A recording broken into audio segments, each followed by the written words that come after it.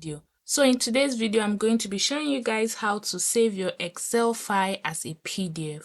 So the first thing that you need to do is to open your Excel, which we've already done. So then the next thing is to enter our data. So I'll enter maybe Monday, days of the week, Tuesday, whatever it is that you want to enter into your Excel.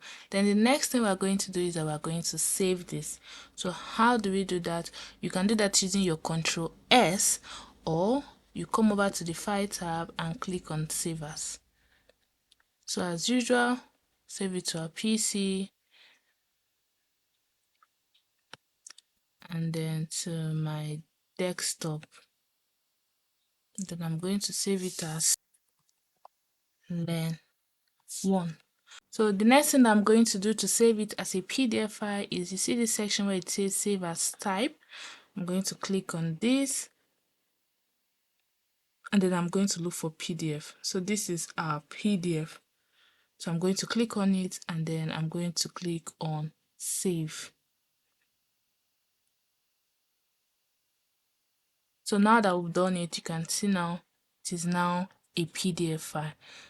I'm going to close this,